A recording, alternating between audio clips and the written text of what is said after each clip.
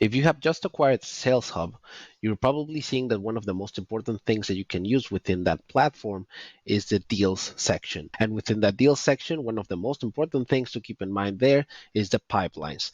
Pipelines are highly customizable, and you can actually get to customize it as much as creating your own deal stages, your own pipelines, and even renaming each of the stages or the pipelines to whatever fits your business best. Let me show you right now how you would actually edit and add a new deal stage to one of your pipelines. Check this out. We want to add a new deal stage to one of our pipelines. So you would go to sales and deals in order to see which of the pipelines you want to most likely edit. Right here, I want to add a new stage to the e-commerce sales pipeline. As you can see, it already has checkout abandoned as a stage, checkout pending, checkout completed, processed, shipped, and canceled. I would like to add something that probably says standby so that we can later on get back to those deals and not actually move them to canceled, which would be close lost or any other stage. So if we want to edit that, I would go to this gear icon right here in the settings.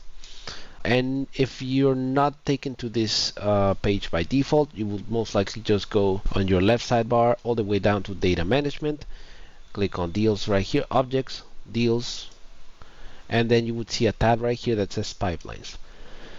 Now, since we were editing the e-commerce pipeline, that's the one that I want to add a stage for. So e-commerce sales, we would choose it here.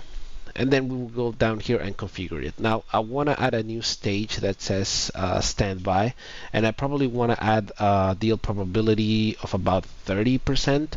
So let's do that. We would add a new stage. We would call it standby. And I want to add a 30% deal probability. We would do that by, as you can see, I added a new stage, just inputted the name by text right here, and then I chose the deal probability as 30%. I want to now save that, and now you will see that reflected. If we go back to sales, we go back to deals, and we look at our e-commerce sales pipeline. Now we have the new stage added right here as standby, and anything that is put in here, it will be forecasted with a 30% deal probability. So we have now added a new stage to one of your existing pipelines, as well as add a deal probability to that particular stage. So you're probably wondering what the next steps are. And indeed, the next step is to actually add deals to that particular stage. Let me show you how to do that next. Now we want to add a new deal to that new stage that we just created. If we want, there's several ways to do it, and the way I'm going to do it is by actually creating one in another stage and then passing that onto this stage right here. We will do this as a manual process. There's ways to automate it, but we can certainly leave that for another video later on. So right here, let's say that I want to have a new deal and that it'll be a checkout abandoned, right? And then we'll want to move it to standby. So for example, we would do this manually. You would hit create deal here at the top, create deal, and then let's suppose we call this test deal standby. There we go. And then we'll put it in the checkout abandoned stage right here. We do have the pipeline chosen by default, the one that we want, but if we wanted to put that in another pipeline, we would choose another one. Here we'll just leave it in the e-commerce sales pipeline for now.